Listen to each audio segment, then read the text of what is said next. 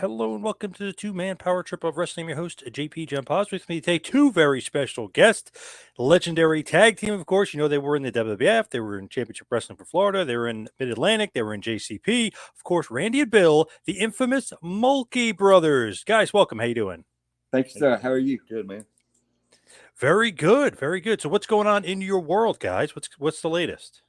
Well, we are here in Hickory, North Carolina at Bill's house, getting ready to go to Charlotte for the NWA Legend Fan Fest tomorrow from 12 to 6 at the Hyatt there in downtown Charlotte.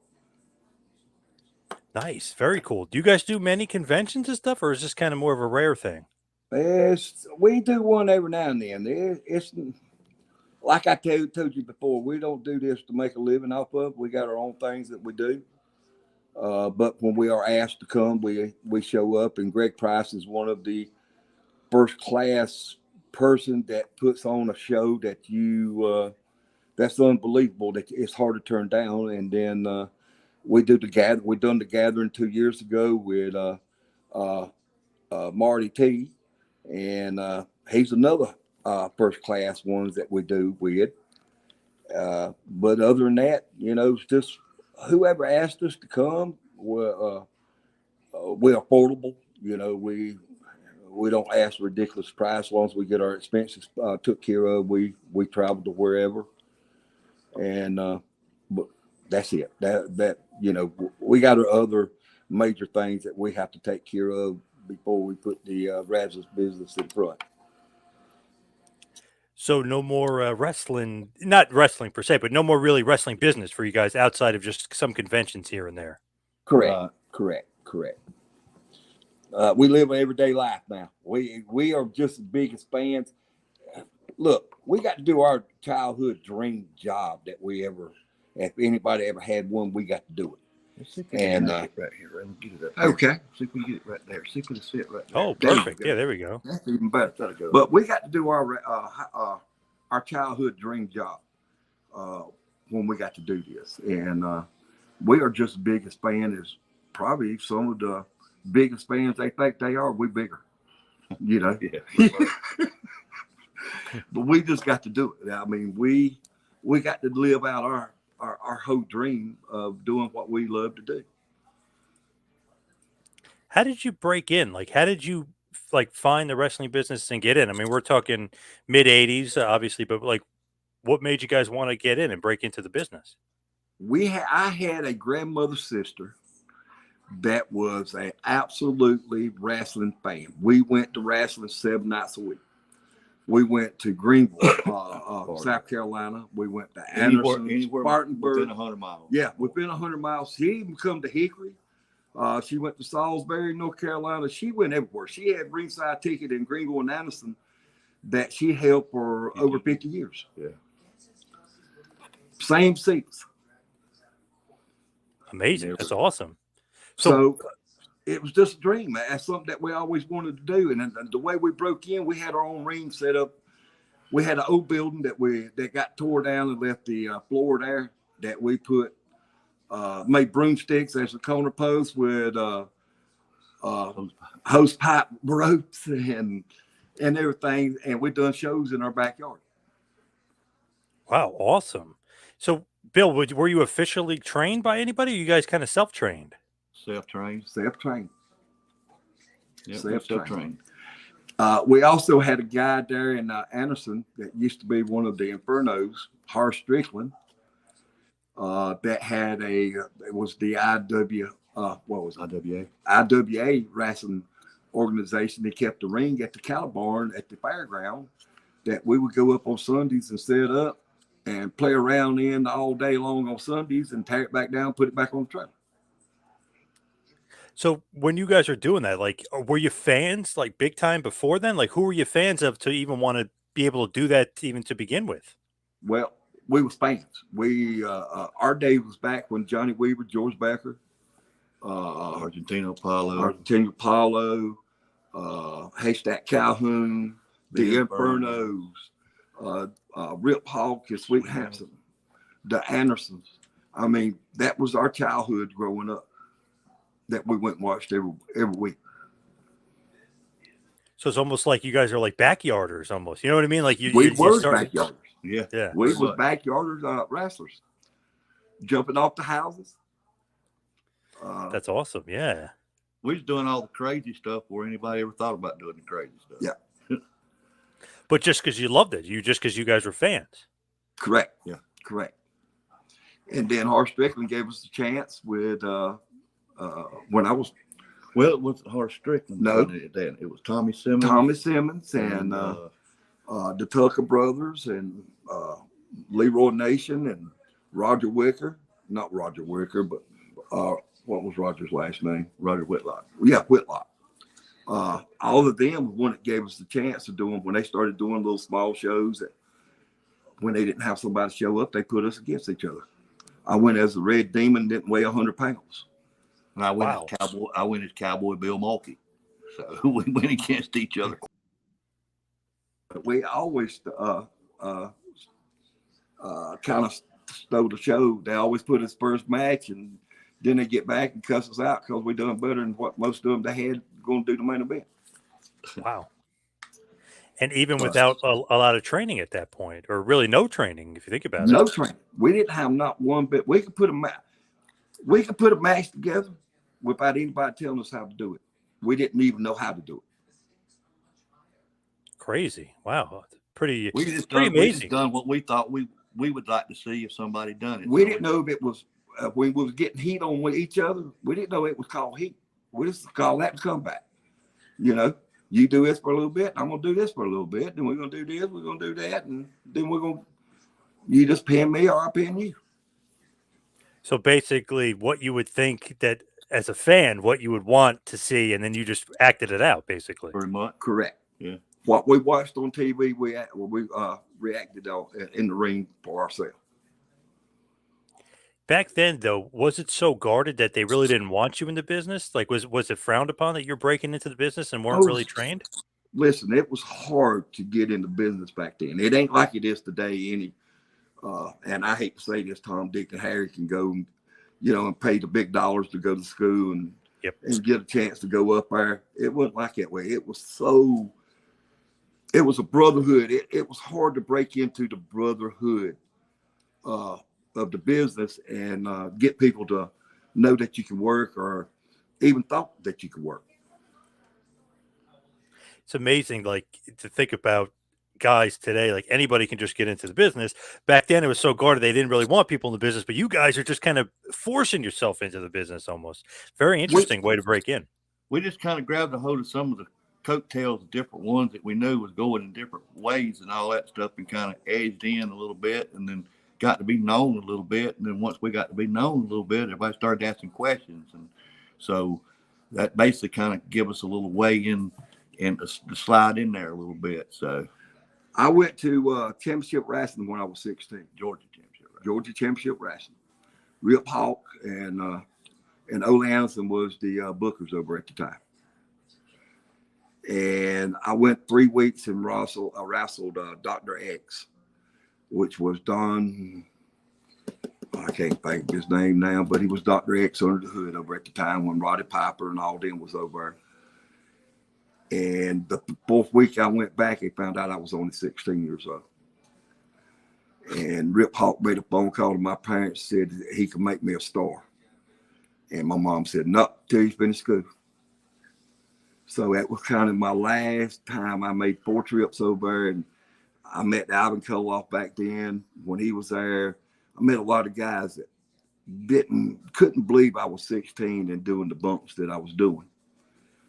And they told me, said, when you turn 18, come back. So by the time I was 18, Crockett done, WWF done went in, and they done got run off, and Crockett done went in over at Championship Wrestling and turned it into, WCW Championship Wrestling. And we was there about 3 weeks before we started doing the Carolina taping. And then after that, it was pretty well full time doing house shows and traveling around doing what we need to do with them. So it didn't take long with our talent that we had to win different ones over, knowing that we could work. Well, so basically, we kind of got in on a little whim Mike Jackson out of Birmingham, Alabama. Mhm. He was booking all the enhancement talent for TV over in Atlanta. Now this is back the old TBS station, not the new one. This is the old one when we got started over there. Before they built the new one and moved over to that part and everything. We kind of made a phone call and kind of got in on that and got over there. And like we say, we went under him at TV for a few weeks, and then basically we had a liking from several different people and everything. They pulled us in, and next thing we knew, we was working for Crockett ourselves, you know, and then doing the Carolina tapings on top of that, and then a few house shows periodically here, there, and yonder. And we'd getting paid from Jim Crockett Promotions. That's amazing. That Mike Jackson, by the way, still wrestles, which is Oh, yeah. crazy. Oh To yeah, think he's that still at 73, I think he's still wrestling. Yeah. 73 years old and still walk the top rope. Yeah, he still walks across that top road. So did You you know. have a relationship with Mike at that point, or you just knew him from Well, from we TV? We just got a phone number and kind of made contact with him, which there was a few times that Mike done some independent bookings in Alabama on the weekends and stuff. Now Randy didn't go. We did. We went to one. We went to went to Alabama a couple times, and yeah, we went to Alabama. after we left the TV show on doing the taping for TBS, we would leave and go to Alabama and do a house show with Mike Jackson. Mike Jackson, yeah. Wow. You know. And then I went over a couple times to Birmingham at the Batwell Auditorium when they was running Continental there, the Armstrongs and all over there. And the very first match I had on TV for them over there was against Tom Pritchard. He was the Alabama champion at that time. And I was new to the business and all that and everything, that wasn't doing nothing but enhancement talent on TV at TBS, you know, would really know what you say, total background of anything. And I went in there and Tom Pritchard made me look like I was as much a champion as he was. It was the easiest thing. I guess we probably went 35, 40 minutes and all that stuff, you know, but he was the Alabama champion there and everything. And what a match we done. And so I done a couple more with him doing that. Plus, you know, just kind of in and out different places, you know, just kind of getting known different places. But Mike was a good guy to be around. He took care of us. He took care of us. Now, when you get in there, is there any sort of relationship with Jim Crockett Jr. or no? There's no even. He's one way and you guys are another. Do you guys have any relationship with him?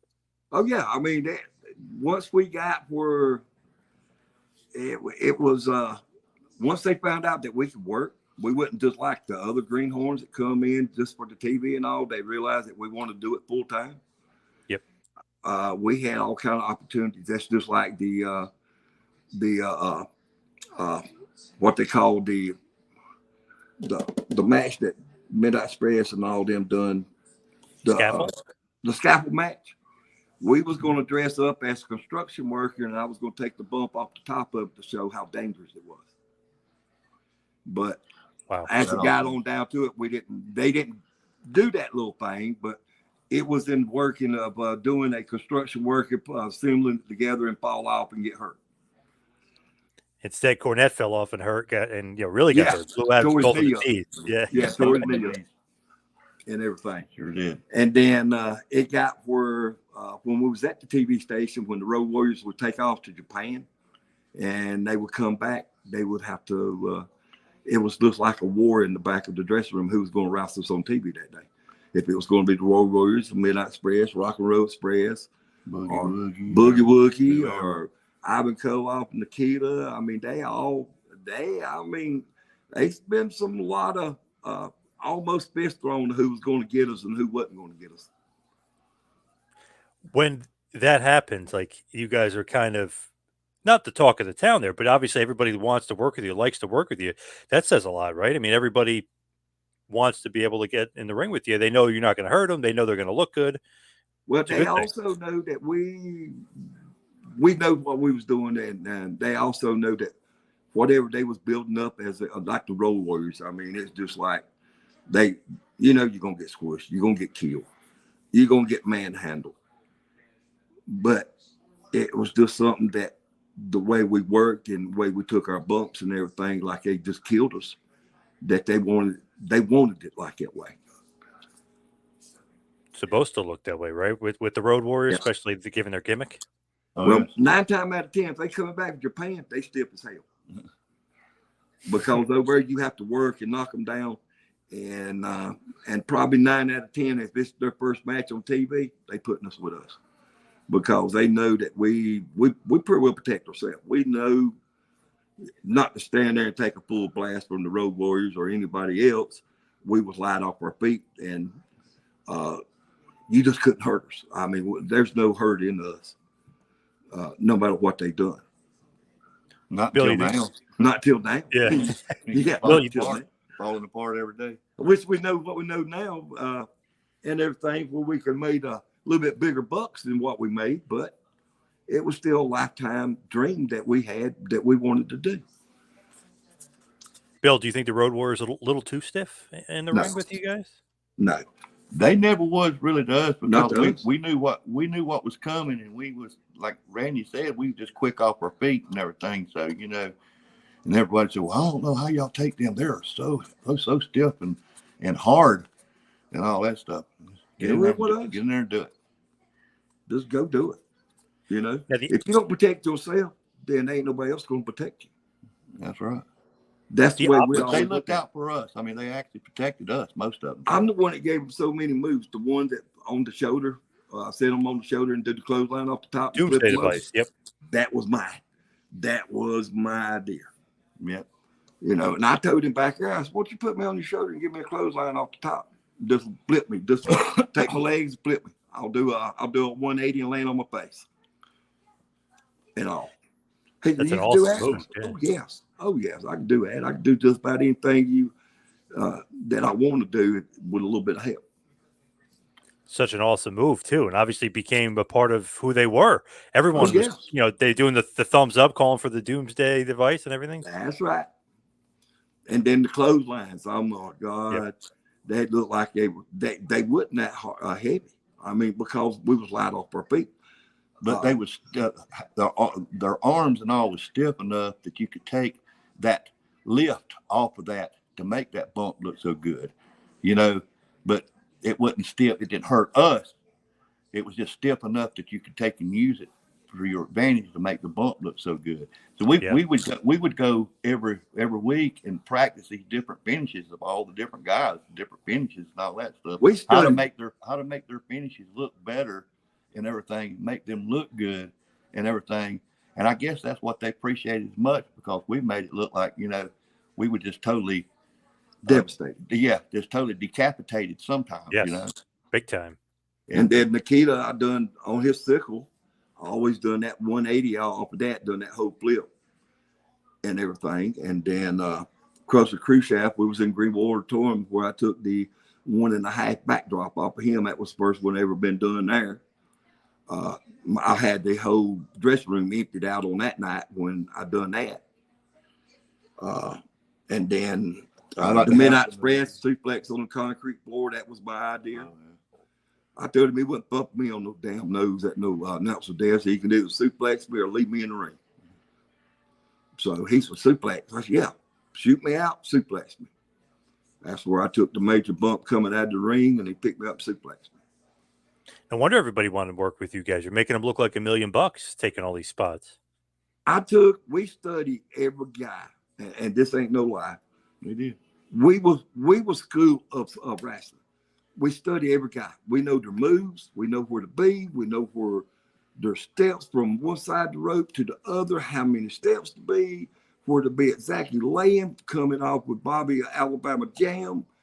You know, a lot of them would either be too close or he had to jump too far out. You know, you always kind of raise up a little bit to catch the blunt of the bump where his butt's hitting the ground. It ain't kind of knocking the breath out of you. You kind of raise up and catch it and go down with it. Yep. I used to do the Invisible Man. I used to wrestle Invisible Man, and you think somebody's in there killing me. And then I used to blindfold myself and count my steps from corner to corner, rope to rope, sideways, back and forth. every which way. I know how many steps there was in between turnbuckle to turnbuckle. Let's put all that aside. We had fun. Yeah, we had fun. We made it fun. And then when it got to the point and all that stuff to where it got to be where it was a have to this and a have to this. If you don't do it this way, if you don't do it that way, then they took all the fun out of it. Then it wasn't fun no more. You know? And I guess that's the reason why after Crockett done what they done when we was in Florida and they killed the territory and pulled out and everything, I guess that's the reason why we just lagged behind because, I mean, you know, I stayed in Florida and Randy went back to South Carolina, but, you know, I really didn't care. They took the fun out of it. It was like more of a corporate job than it was wrestling and having a good time. And that was what I was in it for, which I guess I should have stayed and pushed on and everything. I might have made some of the big bucks, but maybe not. I don't know. But some of these guys now are really doing it big time, but we still just have fun. We just had fun. What do you call what you guys did? Like some people call it the enhancement role, the carpenter role. Some people even say it's the jobber role. Like, what do you guys refer to like that, the role that you had as? Well, in Japan, we was rated #1 jobbers in the United States. We had a Japan magazine in Spartanburg, South Carolina, interview us and all that stuff. And in their magazine and all that stuff, they had us illustrated as the top jobber, the #1 jobbers in the United States. And in Japan, they call them jobbers. And different ones call them jobbers. Some call them enhancement talent. Carpenters. Yeah. And all jobbers, I don't care about being a jobbers. I mean, I rather be called enhancement or carpenter. I'm like George South. I mean, don't call me a jobber. You know, I'm here doing what I love, and we made a good living at it at the time we was doing it. You know, we survived. That's one thing about it. But once, like I said, once Crockett started getting out of it, and you had Turner buy them out, and you got all the other ones coming in, it was more of a corporate fight in between. Even with Blair and all them, they was having it too. So the fun was gone. The fun was gone compared to the way it was from the 80s until it started hitting on about 92, 91. Then, you know, it seemed like it wasn't what you want to call wrestling no more. It was more of commercial, scripted, or you being interviewed for a Hollywood movie or something other like that way. And that wasn't what we signed up for, you know. So not a fan of the word jobber though, Randy. You don't like that term. No, I'm not offended by it. I mean, that's what we was called back when we first got started, jobbers. And then it went to considered enhancement talent, and then it went to carpenters. But yeah, jobbers a little harsh on a lot of people.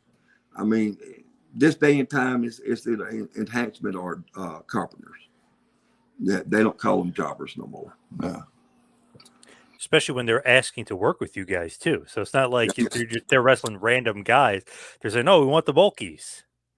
Well, they did give us one big homecoming after we left Florida. They gave us one big homecoming back to our hometown, Crockett and them, and we was watching TBS down there in Florida, and didn't realize what was going on. And Cornette and them said, "We done wrestled everybody in the world. This, that. They was U.S. Tag Team Champions.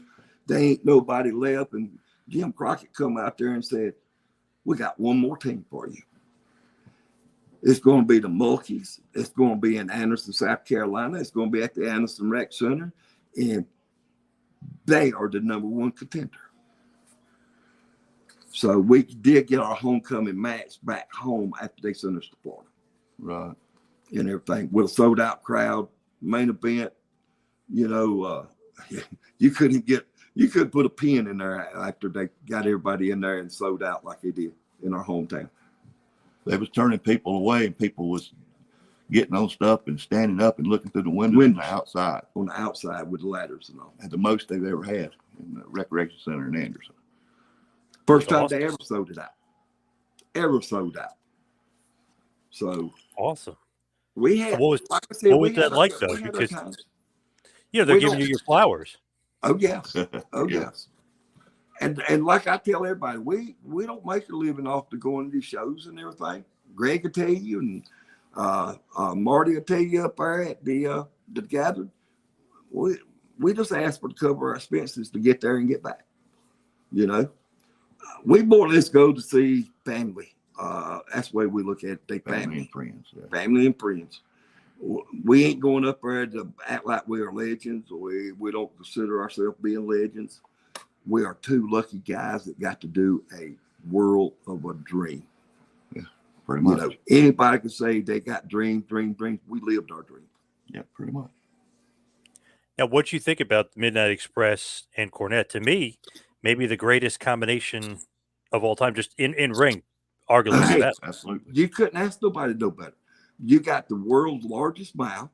You got two of the, well, there was three of the greatest workers, Stan, Dennis, and Stanley. You know, there's no way that you didn't look like $1 million when you did work them. When it wasn't a TV enhancement job, you know, when you worked house parts and everything, you look like $1 million with them. They took care of you. It made you look that way. And then when Dusty gave us the opportunity and wanted to send us to Florida, he made a lot of promises that he didn't keep. He really snowballed us and throwed us in the furnace once he got us in Florida and everything, because of the promises that was made that wasn't kept.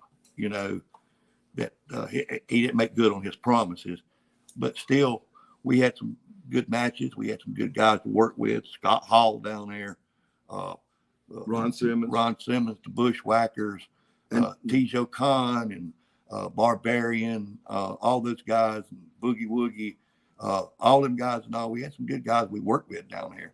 The New Breed. Well, no, they sent them up here. Yeah, but they was there for the first few months when we was there. Few weeks, yeah. And all our two guys that come from there, the Mob Squad, they from Anderson too. Mac and Jim Jeffers. Yep, they beat them in Lakeland, Florida, to lose their league town for the Florida Tag Team belts. Yeah, they did. Sure did. And that's when they left Mary and come up here. So Dusty, not a great relationship as far as you guys and Dusty. Well, it wasn't, would you say, had a bad relationship. It was just Promises wasn't made. Promises that he made and everything he didn't hold to. He didn't, you know, he promised a lot of things for us and everything because it's what he wanted to do for us. I mean, he come up with a deal and all that stuff in the tag team tournament. In the tag team tournament, he come up with the finish and the real big bang and all for the tag team tournament to get us in the tag team tournament in Baltimore. And we thought, you know, well, hey, when he offered this, you know, full time, and he made these promises that what he was going to do, and there wasn't a single promise he made that came true. Except for the Baltimore tag. Except for the Baltimore tag team tournament. That's the only thing that, you know, the promise that was made. And we really didn't know that was happening until they flew us in and got TBS. There wasn't but 6 people that knew what was going on about the Baltimore tournament, that we was going to the Baltimore tournament. And that was 2 guys under the mask, me and Randy, the referee, Dusty. That's the only one, the camera people didn't even know it. We didn't know till towards the end. We didn't know until 5 minutes before we went on TV. Because we ain't been there probably almost a year. It's been several months. Yeah. After all the ass kicking and the butt kicking and all that we took at TBS, and then to put us over on TBS, like they did to put us in the tag team tournament, we had no idea that we was flying up there to do that. That was a surprise to us. Might be one of the most memorable things as far as you guys, definitely. But as far as that run on TBS, so many people say, the Mulkeys, they always lose. And all of a sudden you wrestle the Gladiators 1 and 2, and you guys get the upset victory. Pop. Oh my God, that studio went off. That studio went off. The camera off. people, the audio people, the Tony Schiavone and all them, the announcers and everything. See, nobody knew it. It was bam, and it was there, and it just threw everybody for a loop. and everything. And then, I said, well, maybe, now that Dusty is going, make good on some of his promises. He promised us on the Florida run and all that. And the next thing we know, they was burning down the territory, pulling everybody out. And next thing you know, they left everybody high and dry. Well, they said, well, you can come back to TBS, back up and do enhancement talent and all on TV like you was doing when you first started and everything. And I said, nah. I said, not only they give us what they give us and all that stuff and then pull the rug, it wouldn't work that. That was a slap in the face. That was worse than the lies that Dusty told that he didn't make good on. No, I'm not going back and do all that. And so I stayed in Florida and done a bunch of independent runs, different places. And Randy come back to South Carolina. He'd done some up around this way, and then we'd meet up and do a few here, there, and yonder. But that's all we've done. And everything. We had our run. We had our, and done what we wanted to do. And I was pretty well damaged. I was pretty well damaged when I left Florida anyway. And everything. I done had 8 back surgeries, a neck surgery. Wow. All them guys that's done had neck surgery and all. I'm fused together from C3 down to C7 with 2 rods in my neck. I done had 8 back surgeries. I'm fused from C3, from L3 all the way down to, and everybody ain't gonna believe this, but I'm fused all the way down to S3 in my tailbone. Taking all those bumps. All them bumps. Good thing you didn't take that I took wrong bumps. I had so much arthritis and bone spurs that was growing from the bumps that I took that just about crippled me. Well, that and we played a lot of backyard football. Randy was a truck driver. He jumped in and out, and I played a lot of softball and all that stuff and everything. So between all of our joints and all that stuff, we about wore them all out. Yeah. Yeah. Would you say, looking back at that Gladiators win, just to touch on that because it's so legendary, would you say that was the highlight for the Mulkeys just because of that pop and that reaction, that utter surprise? I say we would. Yeah. I'm saying it's one of them. Yeah. That was one of the biggest surprise and pop that we ever got, besides the homecoming we done in Anderson, South Carolina, with the Midnight Express. That's probably will put the icing on the cake with the Midnight Express. Right.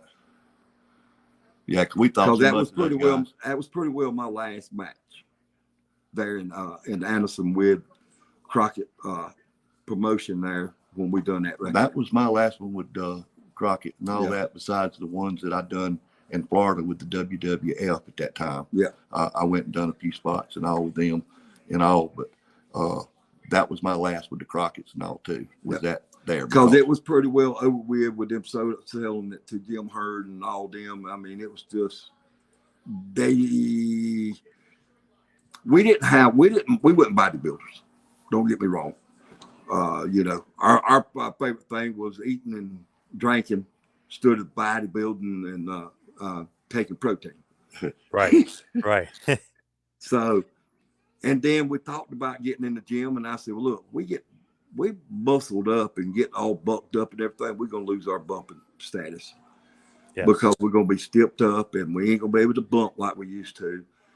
So pretty much, I said, the heck with it. We'll just go from here, be who we are. Either they like us or they don't like us.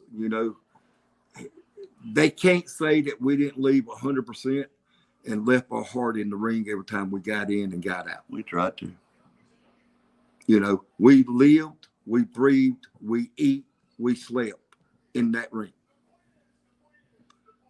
For the love of the game. Yep. And then, like that Dusty used to say, potty meat and porky beans. Believe me, we ate a lot of potty meat and porky beans when we was traveling on the road. And we stayed in a lot of damn roach motels in Florida that we would check in at 3 o'clock. At 7 o'clock next morning, they come knocking on the door saying they need it for the next prostitute to come in or rent it out. We didn't know. Good God, we just got here. Our checkout ain't supposed to be 11. No, this here is by the hour. By the hour. We didn't know it. We didn't know that. So, There was quite a few nights we slept in the car. Yeah. We slept in the car there in the bay, there in Tampa. Yeah, sure did. Pulled over on the side and just slept till sunlight come up and went to the next stop. When we got to the auditorium, we went in, got us a shower, and got us a little nap on the beach, got ready to do our show and come out of there. Yeah. Do it all all for the love of the business, right? Just for the love of the game. Yeah, pretty much. Love of the business. I don't know if that love of the business or we was just brain dead at that time or not. Just stupid. We were just stupid as hell, I think. Did you guys, with, obviously being a part of that Crockett Cup, like you mentioned in '87, did you guys think you were, maybe because you had the momentum from the TV, the shocking win, did you think maybe they would do a little bit more with you as far as going further in the tournament, or no? Well, we thought so. We thought we was probably going to make it to the second round, at least to the second round. We thought we was going to go at least the second round, then get beat, or maybe get smushed in the second round by the bigger boys. But it was still an experience. Walking out in Baltimore with being sold out, and all you can hear was Mulkey, and the signs was out there in the crowd. Mulkey Mania. I'm gonna tell you right now, that was the most amazingest trip that we ever went on. I mean, that right there was right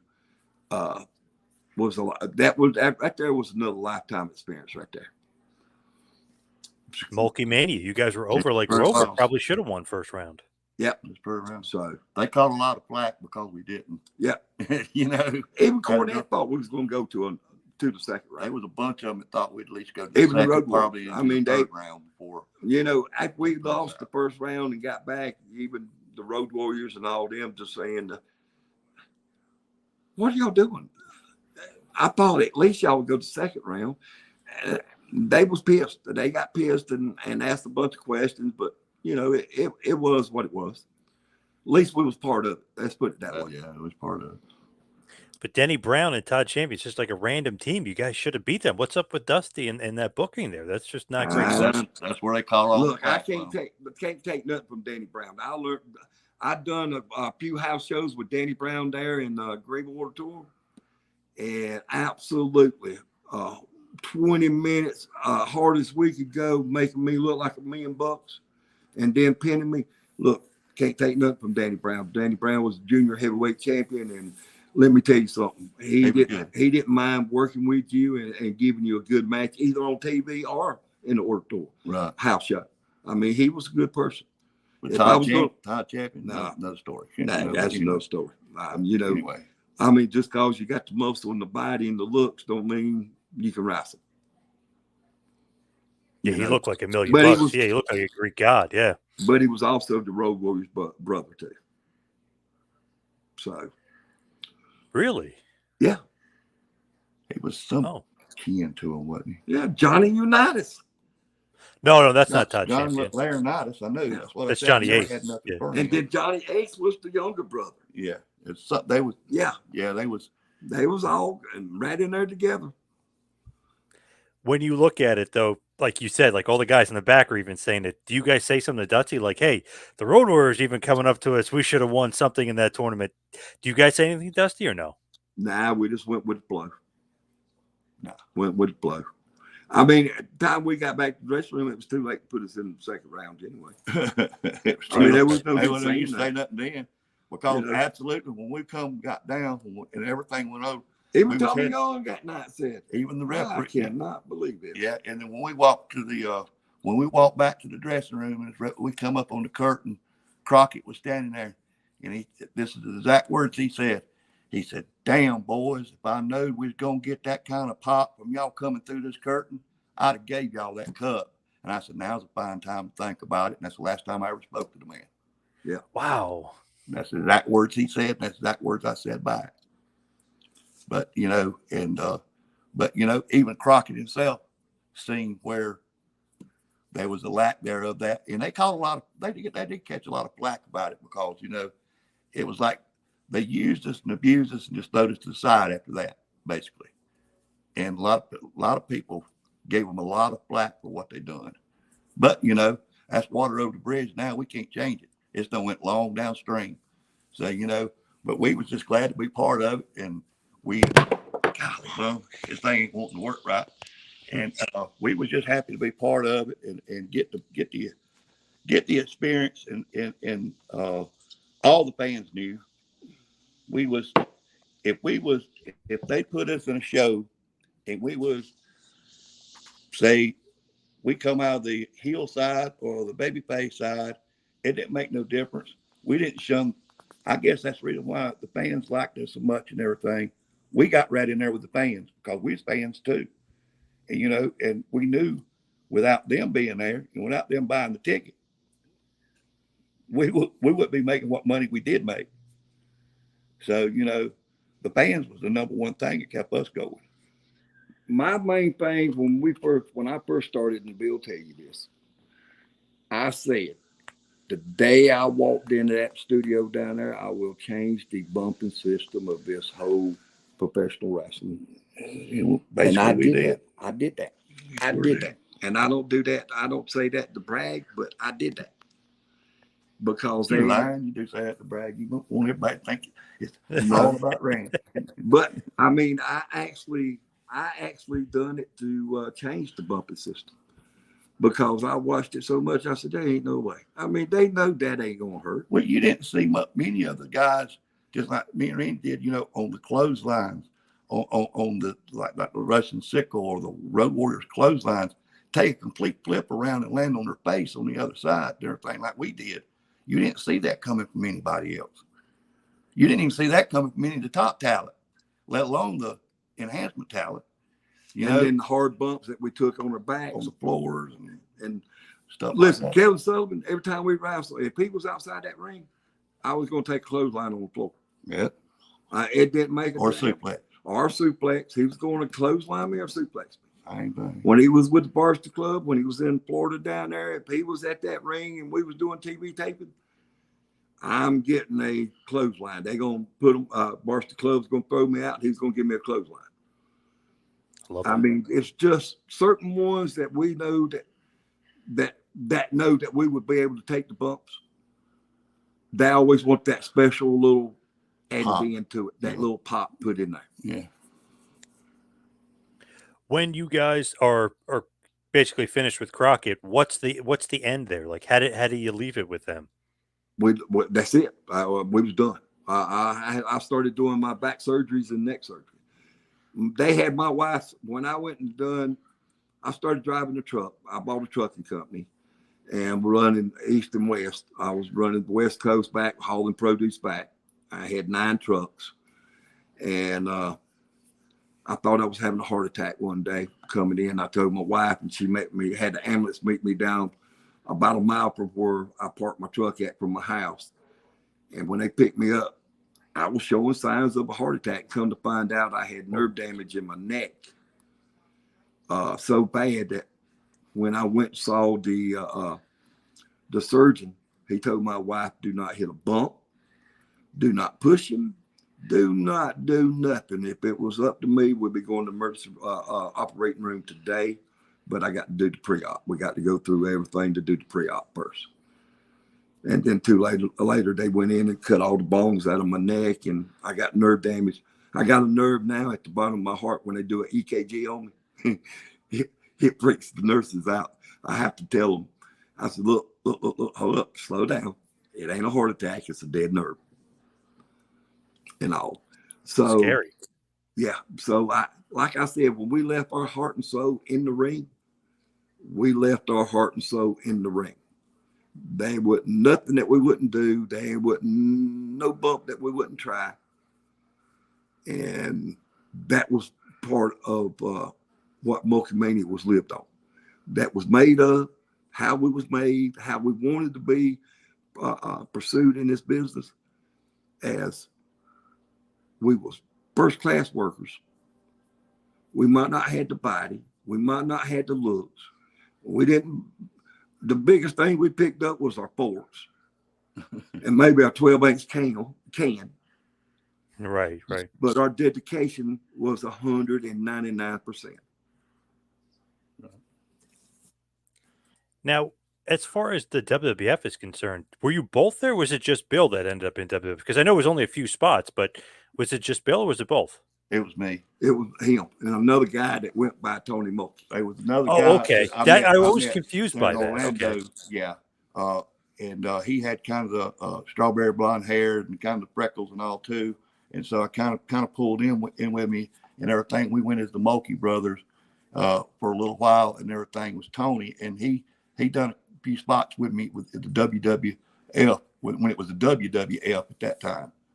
Yeah, WWE, WWF. Yeah, when it was them at that time when they would come to Florida and do their TV runs, to do all their TV for that week or so, I would hit all the spots and everything and work for them for that week.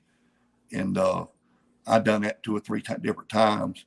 And they wanted to get me in full time with them and all. And that's when they started making their change around a little bit, started changing things and all. And I was treated good. I was paid real well. And there was some there that wasn't. The Mulkey Bird wants to get in on it. Mulkey Bird wants to get in on it. Yeah. Yeah. I got a blueprint on Amazon back there in the cage, and he's done hearing us talk and back and ain't forth. said a word all night Ain't since I got here. Ain't said a word since Randy got here. Now he's starting to want to chit chat back there a little bit. Yes. But anyway, he can talk more trash than Randy can.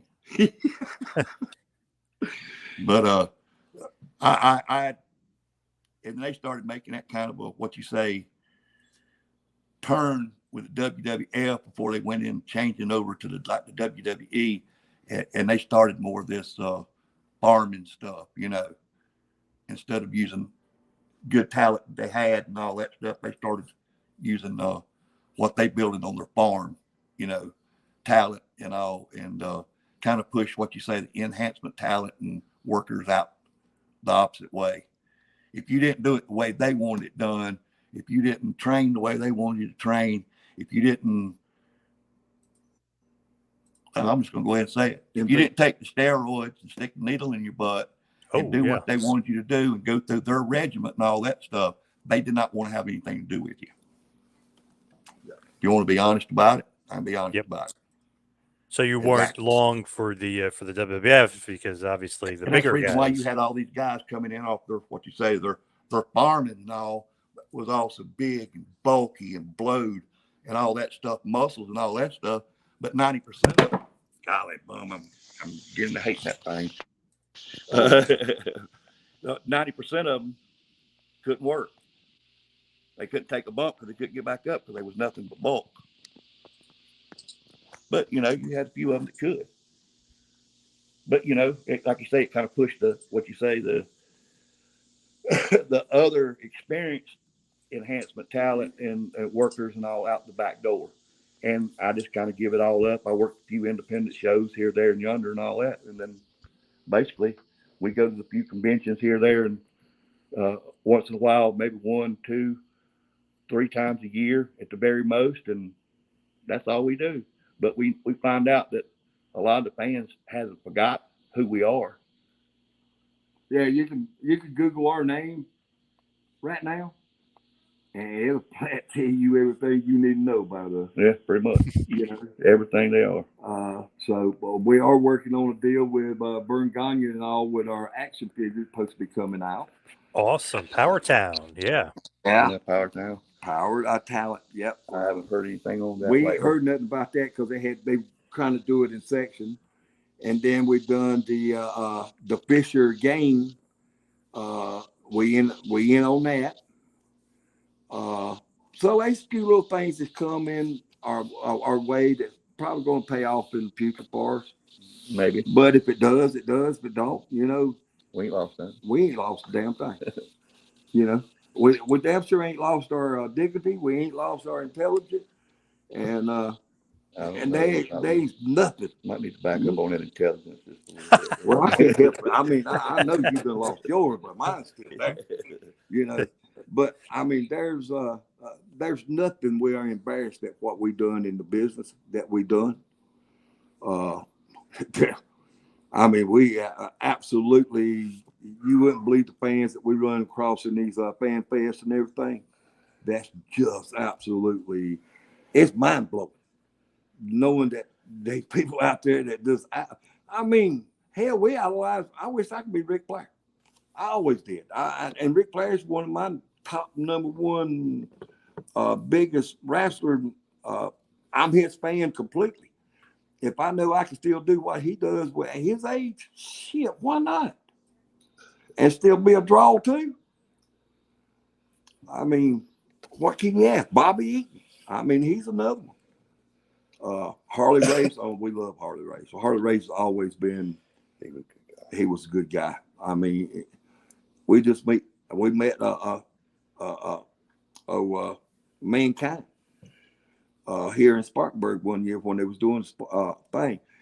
I mean, you got these guys that comes up, Dano Brown, him and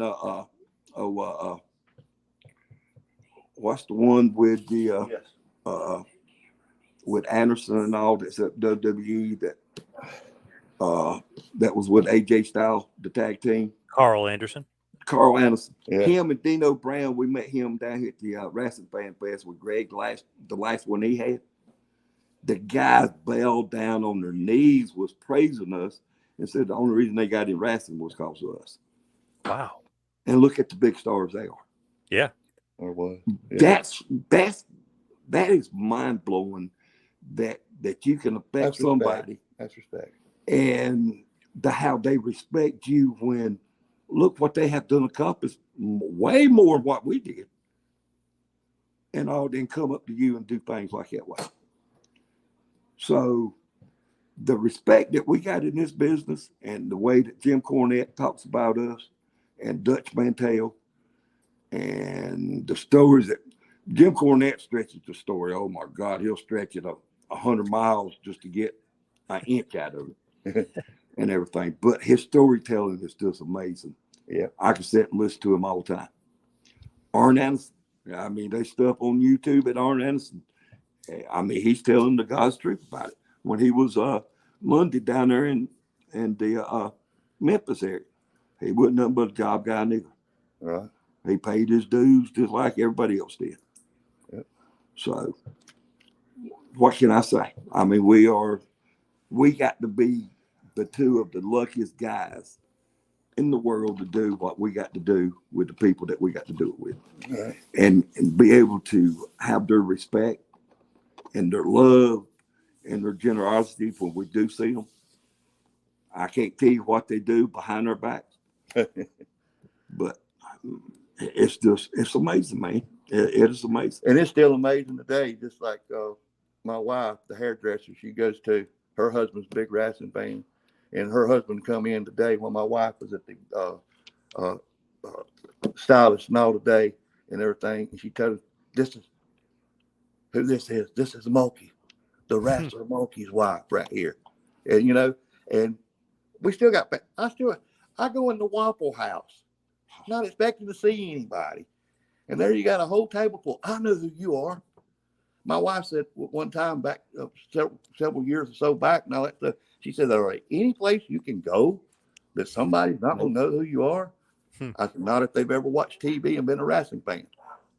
Look, I've been in all 48 states driving a truck and been out of the wrestling business for probably 10 or 12 years and go in there and sign my name.